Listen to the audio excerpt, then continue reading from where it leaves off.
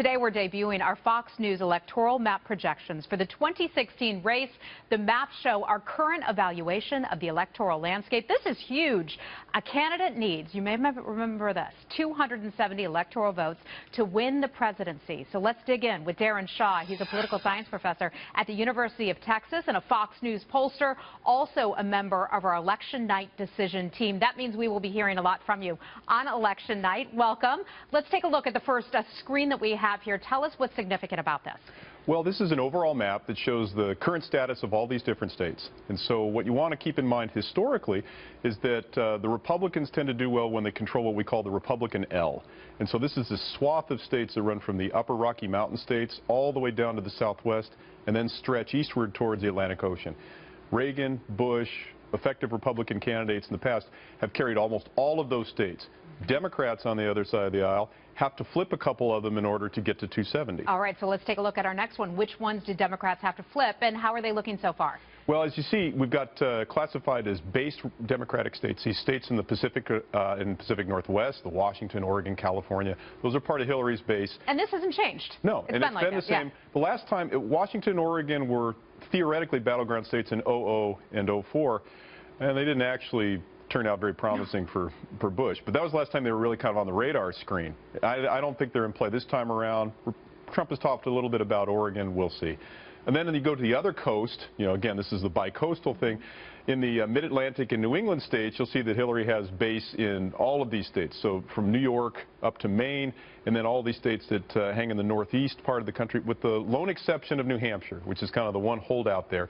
And then the Democrats have also done well in these upper Midwest states. And that's the real change over the last 3 or 4 election cycles. States like Michigan and Wisconsin, which used to be toss-up states, really now they pretty much go Democratic all the time. But on the other hand, Donald Trump's message could be resonating with some folks in those states. Absolutely, which is why we've got them lean. So I think a lot of people would look at Michigan and Wisconsin coming off of the Obama elections and say, are those really in play right now? We've got them lean for exactly the reason you mentioned, that the appeal to white collar or to blue collar whites, trade, trade union members in those 2 states might bring them into play a little more. So we've kind of got them on a little bit of a watch list. Okay, let's take a look at our next one, the Republicans and the states that are leaning Republican right now. Right. You see, as I mentioned earlier, this Republican L, you got a couple of glaring holes here where Colorado and Nevada are, which we think are toss-ups. New Mexico, which is really flipped Democratic. But then you got a couple of these lean states that are going to cause some concern, areas that Hillary probably is going to make a play. Arizona, Missouri, and Georgia right now we have as lean, not solid or base Republican. And is that because of the African-American vote and also Latinos? They could not be leaning toward Republicans now? Well, I think, yeah, there's core Democratic constituencies in Georgia, African-Americans, in Arizona, Hispanics, that we think not only are they growing in population, so they're moving those states in a more competitive direction, but might be particularly mobilized against Donald Trump this cycle. Okay, and then our final one. What do we have here? These are the pure toss-up states right now, the states where the election is almost certainly going to come down to. You know, you go west to east, Nevada, Colorado, Iowa, Ohio, always there, Pennsylvania. This is a little controversial, but we see a lot of evidence right now that despite the fact Democrats have won it consistently over the past 6 election cycles, Pennsylvania seems to be in play for the reasons you mentioned earlier. New Hampshire, the one holdout up there, the Atlantic states, Virginia, North Carolina, and of course our old fan favorite, Florida. So we have collectively 120 electoral votes in toss-up states right now. Wow. We've got Hillary at 227, so she's going to need, 43, right? We have Trump at 191, so he needs 79 out of these states in order to get to 270. All right, we do actually have a final one that looks at the Republicans and the Democrats here as well. Right. Explain this.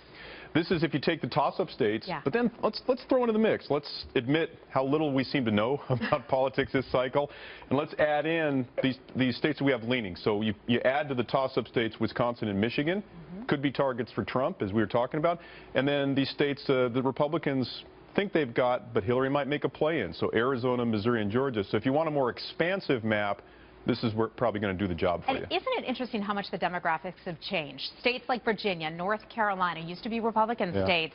The demographics have changed there a lot. They now have. It's toss-up. Yeah, they have. And I think to a lesser extent, some of these upper Midwest states, which have aging populations, where the minority groups have either, you know, kind of solidified, but they haven't grown much in recent years. They're even declining and losing some people. Those states may come into play, but as you mentioned, these Sun Belt states, more diverse, dynamic young populations, you know, they're moving in a more competitive direction. We have 30 seconds left. Your headline for all of this.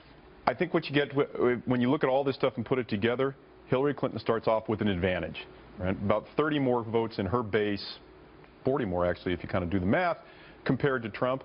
But as always, if you look at the toss-up states, this thing is going to be much more competitive, I think, than maybe a lot of us thought coming out of the primaries. Much more competitive than a lot of us thought. Thank you so much, Darren Shaw from the University of Texas, also on our decision desk, so we will be seeing you on election night.